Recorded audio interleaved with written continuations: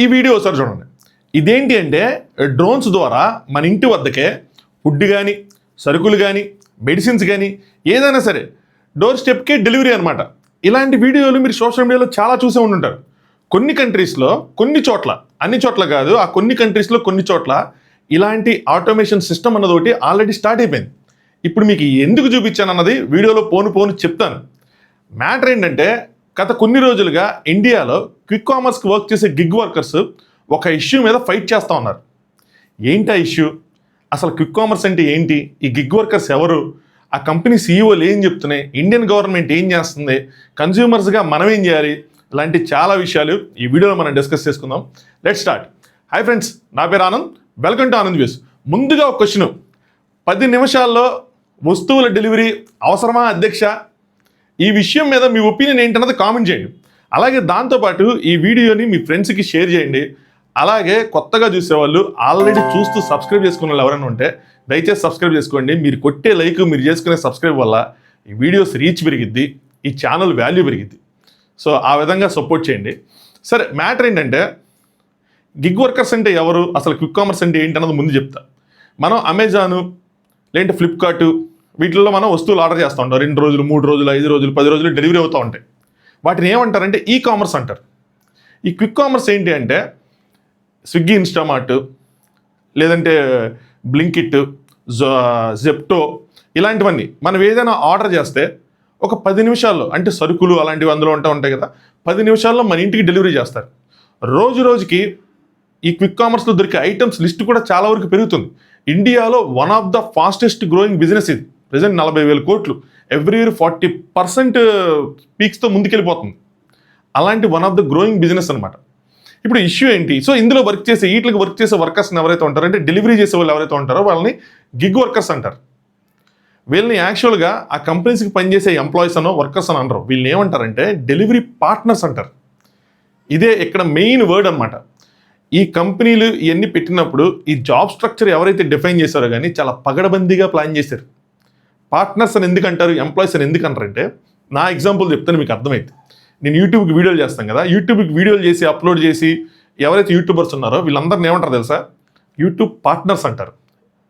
Partnership programme అంటారు మాది. ఎందుకు అంటారంటే, ఎంప్లాయీస్ అని ఎందుకు అంటారంటే, ఎప్పుడైతే మనం ఎంప్లాయీస్ అంటామో అప్పుడు ఆ కంపెనీకి సంబంధించిన చాలా రూల్స్ మనకు అప్లికబుల్ అవుతాయి, అలాగే లాస్ అన్నవి అప్లికబుల్ అవుతాయి. పార్ట్నర్ అయ్యేపాటికి ఏంటంటే వన్ థింగ్ ఏంటంటే, ఇప్పుడు మనకంటే ఏది ఫిక్స్డ్ వర్క్ అనేది ఉండదు. నేను ఎప్పుడైనా వీడియో పెట్టుకుంటా, నాకు నచ్చినప్పుడు నేను వీడియో పెడతా, నాకు నచ్చినప్పుడు నేను పెట్టను, నా స్టైల్లో నేను పెట్టుకుంటా. సో ఎంటైర్లీ మన మీద డిపెండ్ అయి ఉంటుంది. మనం వీడియో అప్లోడ్ చేసిన తర్వాత దానికి వచ్చే రెవెన్యూ ఏదైతే ఉంటుందో అది యూట్యూబ్లో ఎంత వస్తుంది, ఏంటి ఎగ్జాక్ట్గా యూట్యూబ్ ఎంత ఎర్న్ చేస్తాడు ఎన్ని మనం చూపిడు, కానీ మనం ఎంత ఎర్న్ చేసామో చూపిస్తాడు. అది కరెక్టా రాంగ్ అన్నది మనకు తెలియదు.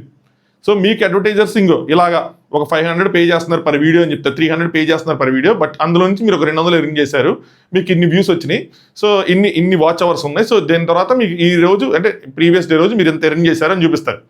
ఎగ్జాక్ట్ ఒక వీడియోకి సేమ్ వాచ్ అవర్స్ ఉన్నా, సేమ్ వ్యూస్ ఉన్నా, ఏదన్నా సరే ఒక వీడియోకి మళ్ళీ సేమ్ అమౌంట్ ఉండదు. సో మనకు తెలియదు ఎగ్జాక్ట్గా ఎందుకు వచ్చింది ఇంత, ఎందుకు రాలేదు అంత అనేది తెలియదు. బట్ ఎవ్రీడే మనం ఎంత ఎర్న్ చేశారో చూపిస్తారు. 30 days తర్వాత ఆ మంత్కి మనం ఎంత ఎర్న్ చేసామో ఫస్ట్కో సెకండ్కో క్యుములేటివ్గా చూపిస్తాడు. ఇలా $2,000 ఎర్న్ చేశారని చెప్పి చూపిస్తారు. నెక్స్ట్ మంత్ 21వ తారీఖు 22వ తారీఖు ఈ 2,000 మైనస్ ట్యాక్సెస్ తీసి మీకు క్రెడిట్ అయ్యిద్ది అని చెప్తాడు. అంటే జనవరి మొత్తం మనం కష్టపడితే ఫిబ్రవరి 21 నుంచి 25 మధ్యలో మనకి అమౌంట్ క్రెడిట్ అయ్యింది. అది ఎంత అమౌంట్ అన్నది 37 తర్వాత, జనవరి 37 తర్వాత మనం చూపిస్తాడు. బట్ మైనస్ ట్యాక్సెస్ చేసి ఎంత అన్నది ఆ దగ్గరికి వచ్చినప్పుడే మధ్యలో అర్థమైంది. మధ్యలో చాలా ఉంటాయి, ఇన్వాలిడ్ ట్రాఫిక్ అనేది ఇది కొంత అమౌంట్ లేపేస్తారు కూడా, చెప్పలేము మనం. సో అలా ఫిక్స్డ్గా ఉండదు. సంథింగ్ సిమిలర్ స్ట్రక్చర్ ఇక్కడ కూడా. ఫిక్స్డ్ అమౌంట్, ఫిక్స్డ్ వేజెస్ ఉండవు వీళ్ళకి. మీరు మాతో ఇలా వర్క్ చేయండి, ఈ 10 డెలివరీలు చేయండి అని, ఇచ్చేయండి అని, వచ్చేయండి అని, మీకు ఇంత అమౌంట్ ఇస్తాం, 25,000 30,000 జీతం ఇస్తాం, ఎవ్రీ ఇయర్ ఇలా ఇంక్రిమెంట్స్ ఉంటాయి, అలాంటివి ఏమి ఉండవు. ఆర్డర్ వస్తుంది, లొకేషన్కి వెళ్ళడం, పికప్ చేసుకోవడం, కస్టమర్కి డెలివరీ చేయడం, ఎంత దూరం ట్రావెల్ చేశాడు అన్న దాని మీద ఆ డెలివరీ ఫీ అనేది డిపెండ్ అయి ఉంటుంది ఆ డెలివరీ బాయ్కి, ఆ డెలివరీ పార్ట్నర్కి. అలా రోజులో ఎన్ని డెలివరీస్ చేస్తే, అంటే అగైన్ డెలివరీస్ వల్ల కాదు, వ్యూస్ వల్ల, మార్కెట్లో వ్యూస్ వల్ల కాదు, వాచ్ అవర్స్, యాడ్స్ ప్లే అయిన దానివల్ల సేమ్ వీళ్ళకి కూడా డిస్టెన్స్, ఎంత డిస్టెన్స్ ట్రావెల్ చేశారు అన్న దాని మీద ఆ పే అనేది డిపెండ్ అయి ఉంటుంది. సో ఇప్పుడు గిగ్ వర్కర్స్ రేస్ చేస్తున్న ఫస్ట్ ఇష్యూ ఏంటంటే 10 minutes డెలివరీ. ఇప్పుడు మీకు అర్థమైంది అనుకుంటున్నాం, మనం బ్యాక్ వెళ్ళినాం ఒకసారి. సో క్విక్ కామర్స్ అంటే అర్థమైంది, గిగ్ వర్కర్స్ అంటే అర్థమైంది అనుకుంటున్నా. సో వీళ్ళు రేస్ చేస్తున్న ఫస్ట్ పాయింట్ ఏంటంటే 10 minutes డెలివరీ. ఈ 10 minutes డెలివరీ వల్ల వాళ్ళు చాలా స్ట్రెస్ ఫీల్ అవుతున్నారని first thing. Second thing, rash drivings, స్పీడ్గా డ్రైవ్ చేయడం, వాటి వల్ల యాక్సిడెంట్స్, లైఫ్ థ్రెట్స్ జరుగుతున్నాయని చెప్పి సెకండ్ పాయింట్. ఇలా కొన్ని కన్సర్న్స్ ఆ 10 minutes డెలివరీ మీద కొన్ని కన్సర్న్స్ అనేది వ్యక్తపరిచారు. అది విన్నప్పుడు నాకు కూడా చాలా కరెక్ట్ అనిపించింది. కరెక్టే కదా, సో 10 నిమిషాల్లో డెలివరీ నిజంగా అంత అవసరమా అని అనిపించింది. దీని మీద మా ఇంట్లో ఒక చిన్న యుద్ధం కూడా జరిగింది. మా ఆవిడ ఒప్పుకోవట్ల 10 నిమిషాలు డెలివరీ కావాలంటే. ఎందుకంటే నేను లేదనుకోండి, నేను లేనప్పుడు బాబుతో ఉన్నప్పుడు అప్పుడు ఏంటి మాకు వెంటనే ఏదైనా కావాలంటే ఎట్లాగా అని చెప్పి. ఎందుకు తనకు అలా అనిపిస్తుంది అంటే ఇప్పుడు తనకు అలా అలవాటు అయిపోయింది. మా ఇంటికి దగ్గరలోనే ఉంటాయి, ఈ బ్లింకిట్ది దగ్గరలోనే ఉంటుంది, స్విగ్గీ ఇన్స్టామార్ట్ది దగ్గరలో ఉంటుంది ఆ స్టోర్స్. సో అక్కడి నుంచి చాలా 5 minutes డెలివరీ చేసేస్తారు. మనకి ఒక హ్యాబిట్ అనేది ఫామ్ అయిపోయింది. ఆ హ్యాబిట్ని బ్రేక్ చేయడం కష్టం. అందుకని తనకు ఆ మైండ్ సెట్ క్రియేట్ అయిపోయింది. ఇంతకుముందు కూడా ఉద్యోగాలకి మనం ఇప్పుడు ఇంకా వర్క్ ఫ్రమ్ హోమ్లో ఉన్నాయి. ఇంతకుముందు వెళ్ళిపోయే వాళ్ళ ఉద్యోగాలకి ఇంట్లో లేడీస్ ఉండేవాళ్ళు, మరి ఏదైనా కావాలని తెచ్చుకోవడం, అడ్జస్ట్ చేసుకోవడం ఏదో జరిగేవి. ఇప్పుడు ఎందుకు అలా లేదంటే ఆ హ్యాబిట్ అనేది ఫామ్ చేశారు. కంపెనీస్ చాలా తెలివిగా మనకు ఒక హ్యాబిట్స్ అనేవి నేర్పిస్తూ ఉంటాయి మామ. దానికి కూడా ఒక ఎగ్జాంపుల్ చెప్తాను, మీరు సోదనుకోపోతే చెప్తాను, ఒక నిమిషం ఇది కంప్లీట్ చేసి చెప్తా. సో మన అలవాటు అయిపోయింది కాబట్టి మళ్ళీ చాలామందికి అది కావాలనిపిస్తుంది. కాకపోతే దాని వెనకాల డెలివరీ బాయ్స్ పడుతున్న కష్టం ఏదైతే ఉందో దాన్ని మనం గుర్తుంచుకోవాలి. సో నిజంగా 10 minutes బదులు 20 minutes ఏమైంది, ఇంకొక 10 minutes లేట్ అయితే ఏమైపోయింది? ఏం కాదు కదా, 20 minutes 30 minutes తీసుకుందాం. సో ప్లాన్ చేసుకుందాం మనం కూడా. సో నిజంగా 10 minutes డెలివరీ అవసరం అంటే నా పాయింట్ ఆఫ్ వ్యూలో అవసరం లేదేమో నాకు అనిపించింది. దాన్ని ఒక 20 minutes చేసుకొని వాళ్ళ మీద ప్రెషర్ తగ్గించవచ్చు. Point number 1. పాయింట్ నెంబర్ 2, లేదు కంపెనీస్ నిజంగా 10 minutes డెలివరీ కోరుకుంటా ఉంటే స్టోర్స్ డెన్సిటీ పెంచడం, దాని మీద వర్క్ చేస్తున్నాయి కంపెనీస్. అంటే ఎక్కువ స్టోర్స్ పెట్టడం, సో దట్ ప్రతి ఒక 3-4 kilometers రేంజ్కి ఒక స్టోర్ పెట్టినప్పుడు ఏమైందంటే 3-4 kilometers 10 minutes రేంజ్లోనే ఉంటాయి కాబట్టి ఆ 10 minutesలో వాళ్ళు తీసుకెళ్ళి డెలివరీ చేయడం. బట్ దీనివల్ల ఏమవుతుందంటే డెలివరీ బాయ్స్ ఇన్కమ్ అనేది తగ్గిపోతుంది. నెంబర్ ఆఫ్ ఆర్డర్స్ అనేవి, రైడ్స్ అనేవి పెరిగిపోతాయి, కానీ ఇన్కమ్ మాత్రం అంతే ఉంటుంది. ఇంతకుముందు 5 rides ఎర్న్ చేసేది ఇప్పుడు 10 rides అయినా కూడా అంతే అమౌంట్ వస్తుంది. దానివల్ల జాబ్ వర్క్ లోడ్ పెరిగిన ఫీలింగ్ వస్తుంది. ఎందుకంటే ఎక్కిన మెట్లు దిగిన మెట్లు అన్నీ చాలా ఎక్కువైపోతాయి, కానీ ఎర్నింగ్ మాత్రం అంతే ఉంటుంది. సో వర్క్ లోడ్ పెరిగిపోతుంది, బట్ ఇన్కమ్ మాత్రం అంతే ఉంటుంది. సో ఇది ఒక problem first thing. Second thing, వీళ్ళు నెక్స్ట్ రీచ్ చేస్తుంది ఏంటి అంటే వీళ్ళకి ఒక ఫిక్స్డ్ శాలరీ ఇవ్వమని. సో ఫిక్స్డ్ శాలరీ ఇవ్వటం ఎంతవరకు కరెక్ట్ అంటే, ఇప్పుడు నేను ఎగ్జాంపుల్ చెప్తాను చూడండి. కంపెనీస్ ఎలా వర్క్ చేస్తాయంటే, నేను ఢిల్లీలో స్టార్టింగ్ ఈ ఉబర్ లాంచ్ అయినప్పుడు మేము క్యాబ్లో వెళ్ళేవాళ్ళం. సో ఉబర్ లాంచ్ అయినప్పుడు ఏంటంటే క్యాబ్ డ్రైవర్స్ ఎంత ఎర్న్ చేసేవాళ్ళు తెలుసా? స్టార్టింగ్లో ఢిల్లీలో మీరు ఆశ్చర్యపోతారంటే 1,00,000 నుంచి 2 లక్షల మధ్యలో ఎర్న్ చేసేవాళ్ళు. 4 రైడ్స్ చేస్తే ఒక ఇన్సెంటివ్, 6 రైడ్స్ చేస్తే ఒక ఇన్సెంటివ్, 8 రైడ్లు చేస్తే ఒక ఇన్సెంటివ్, వీకెండ్ చేస్తే ఒక ఇన్సెంటివ్, నైట్ పూట చేస్తే ఒక ఇన్సెంటివ్, ఆడ్ టైమింగ్స్లో చేస్తే ఒక ఇన్సెంటివ్. ప్రతి దానికి ఇన్సెంటివ్ అమౌంట్, ఇన్సెంటివ్సే దారుణంగా ఉండేవి. చాలా అంటే చాలా డబ్బులు ఇచ్చేవాళ్ళు. వాళ్ళు రైడ్ చేస్తున్న దానికి వస్తున్న డబ్బులకి సంబంధం ఉండేది కాదు. మా పక్కన నా ఫ్రెండ్స్ కొలీగ్స్ అందరూ, అరే మనం కూడా ఇదేదో పార్ట్ టైంలో చేసుకుంటే బాగుంటుంది, కారు కొనుక్కొని ఎవరికైనా ఇచ్చేసి తిప్పుకుంటే బాగుంటుంది అని ఐడియాస్ చెప్తూ ఉండేవాళ్ళు. నేనేవండి మామ ఇది 1-2 సంవత్సరాలు బాగానే ఉంటుంది, తర్వాత బాగోదని. ఎందుకంటే కంపెనీస్ ఉబర్ ఏం చేసేదంటే, ఉబర్కి ఎప్పుడు ఓన్ వెహికల్స్ ఉండవు, మీకు తెలుసో లేదు. సో ఇలా ఇన్సెంటివ్స్ ఇవ్వడం వల్ల ఏమైందంటే మౌత్ పబ్లిసిటీ జరిగి ఒకరికొకరు చెప్పుకుంటారు, మామ నేను తెరింగ్ చేస్తాను అంటే చాలామంది ఆటోలు వదిలేయటం, లేదంటే చాలామంది ఇలాంటి ఎంప్లాయీస్, స్టార్టింగ్లో ఉన్న ఎంప్లాయీస్ వేరే కార్లు కొనుక్కొని డ్రైవర్లుగా జాయిన్ అవటం, అండ్ ఉబర్ ఆ కార్లకి లోన్స్ ఇప్పించటం, ఇవన్నీ చేసి ఏం చేసిందంటే నెంబర్ ఆఫ్ రైడర్స్ని ఇంక్రీజ్ చేసేసింది. అంటే బోల్డ్ మంది రైడర్స్ అయిపోయారు. ఫస్ట్ డిమాండ్ అంటే కస్టమర్ నుంచి డిమాండ్ ఎక్కువ ఉండేది, కార్స్ తక్కువ ఉండేవి. తర్వాత డిమాండ్కి కార్స్ అవైలబుల్ రైడ్స్కి సంబంధం లేకుండా పోయింది. అంటే డిమాండ్ ఫస్ట్లో ఒక 100 రైడ్స్ డిమాండ్ ఉంటే 50 కార్లు ఉండేవి. తర్వాత 100 రైడ్స్కి 250 కార్లు అయినాయి. ఎప్పుడైతే డిమాండ్ సరఫరా, ఈ రూల్స్ తెలుసు కదా, ఇదంతా మనం చిన్నప్పుడు చదువుకున్నాం, మారిపోద్దో అప్పుడు కంపెనీ గుప్పెట్లోకి అందరూ వచ్చేసినట్టే, కన్జ్యూమర్ వచ్చేసినట్టే, రైడర్స్ వచ్చేసినట్టే. అప్పుడు ఇన్సెంటివ్స్ అన్న తగ్గిపోయినాయి. నెమ్మదిగా తగ్గించేశారు. సిమిలర్గా ఇప్పుడు కూడా ఇంతకుముందు వీళ్ళు ఇన్సెంటివ్స్ చాలా ఎక్కువ ఉండేవి, 1000 ఉండేవి, నాకు తెలిసి 1000 రూపాయలు అంత ఉండే. ఇప్పుడు 500 పడిపోయింది, 700, 800 చేశారు, 700 చేశారు, 500 చేశారు. ఎందుకు అంటే ప్రతి ఒక్కరికి ఇది ఒక జాబ్ ఆపర్చునిటీగా కనిపించింది. 40,000 నుంచి 60,000 మధ్యలో ఎర్న్ చేసుకోవచ్చు అని చెప్పి ఊదర కొడుతూ ఉంటారు. స్టూడెంట్స్, జాబ్ సెర్చ్కి వెళ్ళిన వాళ్ళు, వీళ్ళందరూ కూడా ఇందులో పడ్డారు. ప్రతి ఒక్కరు రిజిస్టర్ అయ్యారు. ఇందులో వీళ్ళకున్న అడ్వాంటేజ్ ఏంటంటే ఒక కంపెనీతో కాదు, మల్టిపుల్ కంపెనీస్తో రిజిస్టర్ చేసుకోవచ్చు. సో ఇది ఒక ఎర్నింగ్ ఆపర్చునిటీగా కనిపించింది. కనిపించడం వల్ల ఏమైందంటే అందరూ ఈ లూప్లో పడిపోయి దీన్ని ఒక ఎర్నింగ్గా తీసుకున్నారు. కానీ క్రమక్రమంగా ఎప్పుడైతే ఈ రైడర్స్ పెరిగిపోయారో ఆర్డర్స్ కన్జ్యూమర్ నుంచి పెరుగుతున్నాయి, బట్ ఆర్డర్స్ కన్నా రైడర్స్ ఎక్కువ ఉండటం వల్ల వీళ్ళు ఎర్నింగ్స్ అనేవి తగ్గిపోయింది. మొత్తం అంతా ఇప్పుడు కంపెనీస్ చేతిలో ఉంది. కంపెనీస్ ఇనిషియల్గా డబ్బులు స్పెండ్ చేసే పనిలో ఉంటారు, వాళ్ళ ఇన్వెస్టర్స్ నుంచి కానీ అంతే కానీ ఇది కానీ డబ్బులు తీసుకొని తర్వాత ఎర్న్ చేసే పనిలో ఉంటారు. ఇప్పుడు వాళ్ళు ఎర్న్ చేస్తున్నారు. ఇప్పుడు వీళ్ళు స్ట్రైక్ చేశారు. ఎప్పుడు చేశారు? December 31 క్రిస్మస్ రోజు, వన్ ఆఫ్ ద ఇయర్లోనే బిజియెస్ట్ డేస్. కానీ ఎఫెక్ట్ ఎంత పడింది కన్జ్యూమర్ మీద? చాలా అంటే చాలా మినిమల్ ఎఫెక్ట్. చాలా చోట్ల ఎఫెక్ట్ లేదు. మేము చాలా ఆర్డర్స్ చేసాం, మాకు ఎప్పుడు ఏ ఆర్డర్ లేట్ అవ్వలేదు ఆ 2 రోజులు. ఎందుకంటే రైడర్స్ చాలామంది ఉన్నారు, వాళ్ళందరూ స్ట్రైక్ చేయలేరు, వాళ్ళ జీవనోపాధి అది. ఇక్కడ కంపెనీ నుంచి ఆలోచిస్తే ఈ పిఎఫ్ ఈటం కానీ ఇవన్నీ కానీ వాళ్ళు ఇవ్వలేరు. ఎందుకు ఇవ్వలేరు? ఈ స్ట్రక్చరే అంతా. ఈ జాబ్స్ అన్నవి ఎలా ట్రీట్ చేయాలి అంటే ఒక పార్ట్ టైం జాబ్స్ కింద ట్రీట్ చేయాలి. నేను కంపెనీస్ వెనకేసుకొస్తున్నానని కాదు, మన మైండ్ సెట్ చెప్తున్నా. ముఖ్యంగా స్టూడెంట్స్, జాబ్ సెర్చ్ చేసుకునే వాళ్ళు, లేదంటే జాబ్ లాస్ అయ్యి జాబ్ ఈ టెంపరీ జాబ్గా చూసుకునే వాళ్ళకి చెప్తున్నా. మనలో ఉన్న ప్రాబ్లం ఏంటో తెలుసా? మన ఇండియన్స్లో పర్టికులర్గా మనం ఒక కంఫర్ట్ జోన్కి అలవాటు అయితే ఆ కంఫర్ట్ జోన్ని బ్రేక్ చేయలేం. సో ఇది ఒక అందరూ దీని ఒక టెంపరీగా స్టార్ట్ చేస్తారు. 2-3 గంటలు ఎర్న్ చేసుకుంటే ఒక 500-600 వస్తుంది, మన రోజుకి అంటే పాకెట్ మనీలో వస్తుంది, తర్వాత మనం జాబ్కి మనం చదువుకుందాము అని స్టార్ట్ అవుతుంది. చాలామంది అలాగే స్టార్ట్ చేస్తారు. కానీ ఎప్పుడైతే మనకి యాప్లో మీ ఎర్నింగ్స్ 300, 500, 600 కనిపిస్తాయో దీన్ని 1000 చేద్దాం, లేదు దీన్ని 1500 చేద్దాం, దీన్ని 2000 చేద్దాం, షర్టు కొనుక్కుందాం, లేదంటే ఒకటి పార్టీ ఇద్దాం, లేదంటే ఒకటి డిజెక్ వేద్దాం అని చెప్పి దాని మీద ఫోకస్ వెళ్ళిపోయి అందులోనే ఉండిపోతారు. ఇంకా జాబ్ సెర్చ్ చేసుకోవటం కానీ, కోర్స్ నేర్చుకోవటం కానీ, క్లాసులకి వెళ్ళటం కానీ అన్నీ బంద్. ఇంకొక ఎగ్జాంపుల్ చెప్తే ఇక్కడే again out of the topic కాదు, మనకి ఆంధ్రాలో కొన్ని years back voluntary system start అయింది. వాలంటీర్స్, నాకు తెలిసిన అబ్బాయి ఉండేవాడు. లైఫ్ ఎలా వేస్ట్ అయిందో చెప్తున్నాను నేను.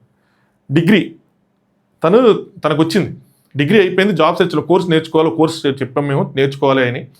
వచ్చినప్పుడు వాలంటీర్స్ అంటే టెంపరీ 1 hour వర్క్ చేయాలి అన్నట్టు ఉండేది. తీసుకో తమ్ముడు 5000 వస్తాయి కదా, తీసుకో జాయిన్ అవ్వు, ఏముందిలే అంటే జాయిన్ అవ్వు, తర్వాత కోర్స్ నేర్చుకో, 1 hour పనిచేసి అయిపోయింది అనుకుంటే దాని తర్వాత కనిపించలే. చాలా రోజులు తర్వాత కనిపించేప్పటికి ఏమైందంటే ఏంటి కోర్స్ ఎంతవరకు వచ్చింది, ఏంటి కనిపించలేదు ఏంటంటే దీంతోనే సరిపోతుందో నుంచి సాయం దాకంటే దాంతోనే సరిపోతుందా అంటే గవర్నమెంట్ ఏమి ఫోర్స్ చేయలే, మీరు ఇంత చేయండి అని చెప్పి. కానీ వీళ్ళు అందులో పడిపోయి దాన్నే జాబ్ కింద ట్రీట్ చేసుకుంటా ఉదయం నుంచి సాయంత్రం దాకా ఆ ముచ్చట్లు చెప్పుకోవటాలు, ఇంటింటికి తిరగడాలు, అవన్నీ చేయటాలు, ఈ చేయటాలు. మరి అది వర్క్ నిజంగా ఉందో వీళ్ళు సాగదీశారో కానీ మొత్తం మీద అందులో ఇన్వాల్వ్ అయిపోయి ఉండేవాడు. ఇక్కడ కోర్సు ఆటకెక్కింది. తర్వాత టైం చూసుకుంటే ఏమైంది, 3 సంవత్సరాలు అట్లా గడిచిపోయినాయి, 5 సంవత్సరాలు గడిచిపోయినాయి, నెక్స్ట్ వచ్చిన వాళ్ళు తీసేశారు. ఇప్పుడు 5 సంవత్సరాలు డిగ్రీ అయిపోయి ఏం చేయాలా? అది అలా జరుగుతూ ఉంటుంది. ఈ జాబ్స్ అన్నవి ఒక టెంపరీ పర్పస్ కోసం వాళ్ళు ఇచ్చినవి. దాన్ని మనం రియల్గా తీసుకొని అందరికీ కాదు, స్టూడెంట్స్కి ఎవరైతే జాబ్ సెర్చ్లో ఉన్నారో, స్టూడెంట్స్ ఎవరైతే కరెంట్గా చదువుకుంటున్నారో లేదంటే స్టడీస్ అని వాళ్ళ కోసం చెప్తున్నారు. పర్టికులర్గా ఏమవుతుందంటే ఆ లూప్లో ఇరికిపోయి దాన్ని ఒక పర్మనెంట్ జాబ్గా చెయ్యాలి అన్న థాట్ ప్రాసెస్లో వెళ్ళిపోతాం. ఈ వాలంటీర్స్ కూడా అదే, పర్మనెంట్ జాబులు చేయండి, ఎంత ఇచ్చినా కూడా మీకు అర్థం కాదు ఏంటంటే ఇప్పుడు ఏం చెప్తున్నారంటే వీళ్ళందరూ మినిమం 26,000 జీతం ఇవ్వమంటున్నారు. అయితే ఈ company CEO, Zomato company CEO Deepender Goyal ఆయన ఏమంటున్నాడంటే మీరు already last year ₹92 per hour సంపాదించే వాళ్ళు ఇప్పుడు అది పెరిగింది, 102 పెరిగింది అంటే 11% అంత పెరిగింది. ఆ లెక్క చూసుకుంటే 26,000 సంపాదిస్తున్నారు పర్ మంత్. మెయింటెనెన్స్ అంతా తీసేసినా కూడా 21,000 క్యాష్ వస్తుంది మీకు. ఇది చాలా పెద్ద అమౌంటే అన్న విధంగా ఆయన చెప్తున్నాడు. అలాగే 10 minutes చేయమని చెప్పి మేము ప్రెషర్ పెట్టట్లేదు, యాప్లో ఏమి టైమర్ ఏమి రన్ అవ్వదు, మేమేం ఫోర్స్ చేయట్లేదు అని చెప్తున్నాడు. ఒక పాడ్కాస్ట్ ఉంది, అది వేస్ట్ పాడ్కాస్ట్లో అనిపించింది నాకు, అది వేరే విషయం. కానీ బట్ ఎలాంటి వాళ్ళ సైడ్ నుంచి వాళ్ళు ఎలాంటివి చెప్తూ ఉన్నారు. అల్టిమేట్గా ఇరిక్కిపోయేది ఎవరు? మనమే. ఎవరైతే దీన్ని రియల్ టైం ఆపర్చునిటీగా చూసుకున్నారో, అంటే నిజంగానే ఒక తక్కువ చదువుకున్న వాళ్ళు కానీ, లేదంటే మిడిల్ ఏజ్డ్ పీపుల్ కానీ, లేదంటే ఇంకెవరైనా సరే, జెండర్ గురించి చెప్పట్లేదు, లేడీస్ కానీ జెంట్స్ కానీ ఎవరైనా సరే, ఇంక వేరే ఆపర్చునిటీస్ లేని వాళ్ళు కానీ వాళ్ళకి బాగానే ఉంటుంది. కానీ ఎవ్రీ ఇయర్ మీకు ఇంతేలా ఉంటారు, 25,000 నుంచి 30,000 లోపలే ఉంటారు. అంతకుమించి అది పెరగదు. మీరు ఆర్డర్స్ పెంచుకోవాలి, ఆర్డర్స్ పెంచుకుంటే వర్క్ అవర్స్ పెంచుకోవాలి, లేనిపోని స్ట్రెస్. ఇది ఒక ఇంత అమౌంట్ వస్తుంది అన్న విధంగా చేయగలం తప్పితే దీన్ని ఒక పర్మనెంట్ జాబ్ ఆపర్చునిటీగా మార్చుకోవాలని ట్రై చేస్తే అది కష్టమవుతుంది. ఇప్పుడు మీకు ఇంకొక పాయింట్ చెప్తా, ఇది రియలైజేషన్. వరల్డ్లో ఏఏ కానీ ఆటోమేషన్ కానీ చాలా అంటే చాలా క్విక్గా గ్రో అవుతుంది. మనం 25 సంవత్సరాలు జరిగిద్ది అనుకున్నది నాకు తెలిసి 15 సంవత్సరాలు 10 సంవత్సరాలు జరగబోతుంది. మీకు స్టార్టింగ్లో చూపించిన వీడియో దీనికోసమే. ఏంటి అంటే మీరు ఇప్పుడు ఎంత దీని మీద ఫైట్ చేసినా ఏం చేసినా మీ కష్టాలు కొన్ని చాలా ఇంపార్టెంట్గా ఉన్నాయి. 10 నిమిషాల డెలివరీస్, ఫోర్స్ చేయకుండా ఉండటం, లేదంటే కొంచెం ఇన్సెంటివ్స్ పెంచడం, ఇలాంటివన్నీ కరెక్టే. దీన్ని పర్మనెంట్ జాబ్ ఆపర్చునిటీగా తీసుకుంటే తర్వాత ఈ ఏఐ, ఆటోమేషన్స్ ఎన్ని రావటం వల్ల, ఈ డ్రోన్స్ ఎన్ని రావటం వల్ల జాబ్లే పోయే ప్రమాదం పొంచి ఉంది. ఎప్పుడైనా మనం ఫ్యూచర్ నెక్స్ట్ 5 years ఏం జరిగింది దాని మీద మనం ప్లాన్ చేసుకోవాలి.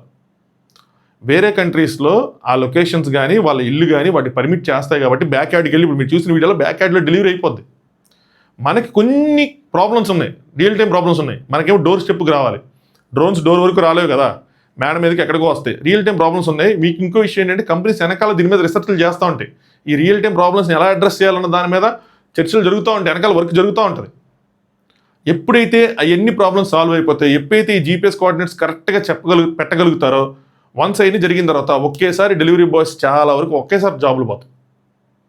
అన్నీ ఇంకా డ్రోన్స్ హ్యాండిల్ చేస్తాయి. డ్రోన్స్ ఆపరేట్ చేసే జాబ్ నేర్చుకున్నా, డ్రోన్స్ ఆపరేట్ చేసుకున్నా అంటే అది కూడా కష్టమే. ఎందుకంటే ఎవడు కూర్చొని మాన్యువల్గా ఆపరేట్ చేయాల్సిన నెసిటీ లేదు. దానికి కూడా కోఆర్డినేట్స్ ఫిక్స్ చేస్తే అదే వచ్చి డెలివరీ చేసుకుని వెళ్ళిపోతుంది, దానికి ఏం చేయవసరంలా. సో ఇలా వరల్డ్ అనేది టర్న్ అయిపోతుంది. ఇక్కడ ఇంకొక పాయింట్ ఉంది, నేను మధ్యలో మిస్ చేసా. ఇప్పటివరకు లైక్ చేయకపోతే వీడియోని ఖచ్చితంగా లైక్ చేయండి, ఛానల్ సబ్స్క్రైబ్ చేసుకోండి. పాయింట్ ఏంటంటే జాబ్ లాస్లు. ఆ జాబ్ లాస్తో నీ పాయింట్ ఉంది. అల్గారిథమ్స్ వల్ల వీళ్ళ జాబులు పోతున్నాయి. ఇది ఆ పాడ్కాస్ట్లో, దీపేందర్ గోయల్ పాడ్కాస్ట్లో కూడా చెప్పిన విషయం. ఇది ఏం జరిగిద్దంటే చాలామంది అంటే వర్కర్స్, అంటే ఈ డెలివరీ పార్ట్నర్స్ పెరిగేటప్పటికి ఏమైందంటే హ్యూమన్లీ కొన్ని మానిటర్ చేయడం కష్టమైపోతాయి. సో వీళ్ళు ఏఐ మీద, కొన్ని అల్గారిథమ్స్ మీద డిపెండ్ అవుతారు. అంటే code, algorithm is nothing but code, ఒక ప్రోగ్రామ్ రన్ అవుతూ ఉంటుంది. అది మన యాక్టివిటీస్ని మానిటర్ చేస్తూ ఉంటుంది. దానివల్ల మన యాక్టివిటీస్ ఏమైనా దానికి రాంగ్ అనిపిస్తే మనల్ని అది ఫ్లాగ్, అంటే మనల్ని అది మార్క్ చేసి మన ఐడీస్ని బ్లాక్ చేస్తుంది. అంటే మన ఎంప్లాయ్మెంట్ ఏదైతే ఉందో అది బ్లాక్ అయిపోద్ది. దానివల్ల మనల్ని వీళ్ళు జాబ్ అంటే బ్లాక్ చేస్తారంటే మన జాబ్ పోయినట్టే. సిమిలర్ యూట్యూబ్లోంచి చెప్తాను నేను కూడా. సో మనం కొన్ని యాక్టివిటీస్ చేస్తున్నప్పుడు ఏమైందంటే దానికి ఏదైనా అనిపించింది అనుకోండి, నేను రాంగ్గా చేస్తున్నాను, గైడ్ లైన్స్ని పాటించట్లేదు అనిపించినప్పుడు ఏం చేసిందంటే దాన్ని బ్లాక్ చేస్తుంది. ఇంక బ్లాక్ చేసిందంటే అయిపోయినట్టే, ఇంక నా ఎర్నింగ్ మొత్తం ఇంక ఖతం అక్కడితో. సిమిలర్గా ఇక్కడ వీళ్ళు కూడా రేస్ చేస్తున్న ప్రాబ్లం, ఇంపార్టెంట్ ఇష్యూ యాక్చువల్గా. చాలామంది నెలకి వేలాది మందిగా జాబులు పోతున్నాయని. అంటే వీళ్ళు డెలివరీ యాక్సెప్ట్ చేసి వెళ్ళకపోవటమో, అక్కడ కన్జ్యూమర్ లేకపోతే వీళ్ళ తప్పని చెప్పి అల్గారిథం అర్థం చేసుకోవటమో, 5 నిమిషాలు వెళ్ళాల్సిన చోటు వీళ్ళు 15 గంటలు వెళ్ళటమో అని అలా అల్గారిథం అర్థం చేసుకోవటమో. కొన్ని వీళ్ళ మిస్టేక్స్ ఉండొచ్చు, కొన్ని వీళ్ళ మిస్టేక్స్ ఉండకపోవచ్చు, కానీ అల్గారిథంకి అది తప్పుల్లో అనిపించి ఏం చేస్తుందంటే బ్లాక్ చేసేస్తుంది. బ్లాక్ చేస్తారంటే ఇంక ఇక్కడ అయిపోయినట్టే. ఇంకా మళ్ళీ దాన్ని అప్లై చేసుకోవటం, అక్కడ హ్యూమన్ ఇంటర్వెన్షన్ రావటం, వాళ్ళు దీన్ని చూడటం, ఇదంతా చాలా పెద్ద ప్రాసెస్. అండ్ ఈయన దాన్ని ఒప్పుకున్నాడు కూడా, అల్గారిథం కొన్నిసార్లు మిస్టేక్స్ చేయొచ్చని ఒప్పేసుకున్నాడు ఆయన ఇండైరెక్ట్గా. సో అలా కూడా వీళ్ళు జాబులు లాస్ అయిపోతున్నారు. సో ఇక్కడ ఏది పర్మనెంట్ కాదు, దేన్ని చెప్పలేము. ఇప్పుడు యూట్యూబ్లో ఒక ఇన్కమ్గా పెట్టేసుకుని ఏదైనా చేద్దాం అనుకుంటే తప్పకుండా పోయిందంటే ఏం చేయలేము, చాలా పెద్ద కష్టపడాలి. మనం ఒక 1 lakh followers, 2 lakh followers, 1 million వస్తే వేరే విషయం. ఇనిషియల్ రేంజ్లో చాలా అంటే చాలా కష్టం. ఏదైనా దినదినగండ నూరేళ్ళ ఆయుష్లా ఉంటుంది. సేమ్ సంథింగ్ అక్కడ కూడా అంతే. సో అల్గారిథం మీద ఫైట్ చేస్తూ ఉన్నారు. కానీ ఇప్పుడు దాన్ని కూడా వీళ్ళు మార్చరు, ఎందుకంటే మళ్ళీ అక్కడ చాలా ఎఫర్ట్స్ పెట్టాలి. మళ్ళీ హ్యూమన్స్ని అక్కడ ఇన్వాల్వ్మెంట్ చేయాలంటే మళ్ళీ చాలా జాబ్స్ రిక్రూట్ చేసుకోవాలి. సో కష్టం. ఇంకొక ఎంటిటీ ఉంది ఇందులో, గవర్నమెంట్. మరి గవర్నమెంట్ ఏం చేస్తుందో ఈ గిగ్ వర్కర్స్కి ఎలా సపోర్ట్ చేస్తుంది ఏంటంటే, వీళ్ళు మిలియన్స్లో, ఇప్పుడు ల్యాక్స్లో ఉన్నారు, వీళ్ళు పెరిగిపోతూ ఉన్నారు. అంటే ఎవ్రీ ఇయర్ ఏమవుతుంది అంటే, చెప్పాను కదా, మన కంఫర్ట్ జోన్ బ్రేక్ చేసుకోకుండా, అంటే ఇప్పుడు ఈ డిగ్రీ అయిపోయింది, ఇంజనీరింగ్ అయిపోయింది, వాళ్ళందరూ వచ్చారు, ఇదొక టెంపరీగా తీసుకుంటున్నారు. నెక్స్ట్ ఏం చేయాలి, 1 year అంతా చేసుకొని వీళ్ళు వెళ్ళిపోవాలి. నెక్స్ట్ ఇయర్ వాళ్ళు మళ్ళీ వచ్చినప్పుడు వీళ్ళు వస్తారు. కానీ వీళ్ళు ఏం చేస్తారు, దీన్ని పర్మనెంట్ ఆపర్చునిటీగా, లేదంటే ఎర్నింగ్స్ బాగున్నాయని చెప్పి అదే కంటిన్యూ చేస్తున్నారు. సో ఇక్కడ పెరిగిపోతుంది మొత్తం అంతా. ఇది ఒక జాబ్ ఆపర్చునిటీ, ఒరిజినల్ అంటే పర్మనెంట్ జాబ్ ఆపర్చునిటీ కింద తీసేసుకొని ఇదే పర్మనెంట్ జాబ్ ఆపర్చునిటీ కింద ఇక్కడ వర్కర్స్ పెరిగిపోతున్నారు. అందుకే బిజినెస్ కూడా అంత గ్రో అవుతుంది రండి. ఫ్యూచర్లో క్విక్ కామర్స్లో వాషింగ్ మిషన్లు, టీవీలు, ఫ్రిడ్జ్లు వచ్చినా కూడా ఆశ్చర్యపోవసరం లేదు. మనం అంత రేంజ్లో పెరుగుతుంది. అంటే 10 minutesలో మనం ఫ్రిడ్జ్, టీవీ ఇంటికి వచ్చేద్ది, ఆ రేంజ్లో పెరుగుతుంది. సరే, గవర్నమెంట్ ఏం చేస్తుందంటే, ఎక్కడైనా వర్కర్సే కదా. సో లాస్ట్ ఇయర్ నవంబర్లో ఎప్పుడో కొన్ని లాస్ మార్చింది, కానీ వాటిని మానిటర్ చేసేది ఎవరు? ఇంకోటి ఏంటంటే, వీళ్ళు ఎలాగైనా సరే కాంట్రాక్టర్ కింద ఉన్నారు కదా, అంటే పార్ట్నర్స్ కింద ఉన్నారు కదా, ఎంప్లాయీస్ అవ్వలేదు కదా, అయితేనే ఈ పిఎఫ్ ఇవన్నీ వస్తాయి. అవ్వకుండా యాడ్ నుంచి వస్తాయి, రావు. అలాగే లేబర్ లాస్ ఉంటే కానీ దాన్ని పర్ఫెక్ట్గా మానిటర్ చేసే వాళ్ళు ఉంటారు. బట్ ఇందులో ఒక ఇష్యూ ఉంది ఏంటంటే, వాళ్ళ దగ్గర గవర్నమెంట్, సెంట్రల్ గవర్నమెంట్ ఈ-శ్రమ్ పోర్టల్ ఒకటి ఉంది, అందులో రిజిస్టర్ చేసుకోమని చెప్తున్నారు. ప్రధాన బీమా యోజన ఒకటి ఉంది, దాన్ని అప్లికబుల్ చేసామని చెప్తున్నారు. సో అందులో రిజిస్టర్ చేసుకుంటే అట్లీస్ట్ కొద్ది బెనిఫిట్స్ అయితే మాత్రం గవర్నమెంట్ సైడ్ నుంచి మాత్రం ఉంటాయి. అలాగే జొమాటో సీఈఓ ఇంకొక మాట కూడా చెప్పాడు ఆయన, ఇది కూడా మిస్ అయింది. అదేంటంటే లాస్ట్ ఇయర్ ఒక 100 crores స్పెండ్ చేశారంట దీని మీద. దేని మీద? ఇన్సూరెన్సెస్ మీద. యాక్సిడెంటల్ ఇన్సూరెన్స్ అయినా, లాస్ ఆఫ్ పే ఇన్సూరెన్స్ అయినా సరే, లేదంటే హెల్త్ ఇన్సూరెన్స్ అయినా సరే, ఏదైనా సరే ఒక 1 lakh 2 lakhs ఆ రేంజ్లో మేము ఇన్వెస్ట్ చేశాము, మేము పెట్టామని చెప్తున్నారు. కానీ వీళ్ళ సైడ్ చూసుకుంటే మాత్రం పెట్టలేదని చెప్తున్నారు. బట్ ఎనీవే కంక్లూజన్ ఏంటంటే 10 నిమిషాల డెలివరీ అవసరం అంటే నిజంగా అయితే అవసరం లేదు. మనం మనకు అలా అలవాటు అయిపోయింది కాబట్టి మనకు అనిపిస్తుంది, కానీ నిజంగా అవసరం లేదు. మీ ఒపీనియన్ కూడా కామెంట్ చేయండి. మీకు అవసరం ఉంది అంటే నేను తప్పు పట్టను, కామెంట్ చేయండి ఖచ్చితంగా. అవసరమా అంటే నాకైతే మాత్రం అవసరం లేదు. అలాగే మన సైడ్ నుంచి యాజ్ అ కన్జ్యూమర్స్గా మనం ఏం చేయాలో కూడా 2 మాటలు చెప్తాను, నేను పాటించే చెప్తా. ఒకటి, అంటిల్ అన్లెస్ ఇది నిజంగా అర్జెంట్ అయితేనో నిజంగా లేట్ అయితే చెప్తే డెలివరీ బాయ్స్కి మనం ఫోన్ చేసి వాళ్ళ మీద ప్రెషర్ పెట్టద్దు. ఒకటి, వాళ్ళు రైడింగ్ చేస్తూ ఉంటారు, మ్యాప్ చూసుకుంటూ ఉంటారు, రోడ్డు మీద ఫోకస్ చేయాలి, 10 minutesలో చేయాలి, 15 minutesలో చేయాలని చెప్పి వాళ్ళకాలు ప్రెషర్ పెట్టుకుని ముందుకెళ్తూ ఉంటారు, లేదా కంపెనీ ప్రెషర్ పెట్టుకుని ముందుకెళ్తూ ఉంటారు. ఇంకోసారి మనం ఫోన్ చేస్తే ఇన్ని విషయాలు అట్ ఏ టైం హ్యాండిల్ చేయాలంటే కష్టమవుతుంది. ఒకటి, నిజంగా లేట్ అయిపోతే మనం చేయాలి, మనం తప్పదు, ఇంక మనకు కావాలి, నేను చేస్తాను, ఎవరైనా చేయాలి. రెండోది ఏంటి అంటే నిజంగా ఒక లార్జ్ ఆర్డర్స్ ఏమైనా మనం ప్లేస్ చేస్తే అంటే 1000 రూపాయలు 1500 2000 ఆర్డర్స్ అని ప్లే చేస్తే టిప్ ఇద్దాం, ఎంతో కొంత టిప్ ఇవ్వండి. 10 రూపాయలు ఇవ్వండి, 20 రూపాయలు ఇవ్వండి, 30 రూపాయలు ఇవ్వండి, 50 రూపాయలు ఇవ్వండి, ఎంతో కొంత ఇవ్వండి. చాలా కంట్రీస్లో ఈ టిప్స్ కూడా చాలా అంటే అది ఖచ్చితంగా ఇవ్వాలి అన్న రూల్స్ ఉంటాయి. మన కంట్రీలో అలాంటివి ఏం లేవు. 100 రూపాయలు 200 300కి మనం ఏం ఇవ్వవసరం లేదు, వాళ్ళే ఎక్స్పెక్ట్ చేయరు, మనం ఇవ్వవసరం లేదు, అది మనకు కొంచెం ఎక్స్ట్రా అవుతుంది, అది అవసరం లేదు. కానీ లార్జ్ ఆర్డర్స్ కొంచెం పెట్టినప్పుడు మాత్రం ఖచ్చితంగా ఇస్తే వాళ్ళకి అది హెల్ప్ అవుతుంది. వాళ్ళ మీద మనం దయ చూపించినట్టు కాదు, వాళ్ళ వర్క్ని మనం గుర్తించినట్టు అంతే. ఇది ఎవరికి దయ చూపించాల్సిన, ఎవరు జాబాలు చేసుకున్నారు ప్రతి ఒక్కళ్ళు రెస్పెక్ట్ చేయాలి మనం. అది ఎలాంటి జాబులు చేస్తున్నా ఎవరైనా సరే humans, end of the day every human ఇంకొక హ్యూమన్కి రెస్పెక్ట్ ఇవ్వాలి, సింపుల్ థింగ్. సో మన సైడ్ నుంచి చేస్తే వాళ్ళకి ఇంకా హెల్ప్ అవుతుంది. సో కంక్లూజన్ అయితే మాత్రం నాకైతే మాత్రం 10 minutes డెలివరీ అవసరం లేదేమో అనిపిస్తుంది. అలాగే దాంతోపాటు స్టూడెంట్స్ కానీ ఎవరైనా సరే ఆ చట్టంలో ఇరుక్కోకుండా అందులోంచి బయటకు వచ్చే మార్గాలు ఎదుర్కోవాలి, కానీ దాన్ని ఒక పర్మనెంట్ ఆపర్చునిటీగా క్రియేట్ చేసుకోవడం వల్ల అది మీకే నష్టం చేకూరుస్తుంది అన్నది నా ఒపీనియన్. మీకేమనిపించింది ఈ పాయింట్స్ అన్ని విన్న తర్వాత మాత్రం కామెంట్ చేయండి. ఛానల్ని సబ్స్క్రైబ్ చేసుకోండి. మీ సబ్స్క్రైబర్ మీరు కొట్టే లైక్తోని ఛానల్ వాల్యూ అనేది పెరుగుతూ ఉంటుంది. సో మీరు నాకు ఆ విధంగా సపోర్ట్ చేయొచ్చు. అలాగే కామెంట్ చేయండి, మీ ఫ్రెండ్స్కి వీడియోస్ని ఫార్వర్డ్ చేయండి. రేపు ఇంకొక అంటే నేను ఒక రోజు ఒక వీడియో చేద్దాం అనుకుంటా, దాంతోపాటు కొత్తది ఏదో వచ్చి దాన్ని ఓవర్ రైడ్ చేస్తూ ఉంటుంది. సో రేపు ఇంకొక విషయంతో మళ్ళీ కలుసుకుందాం. Thanks for watching Anand views.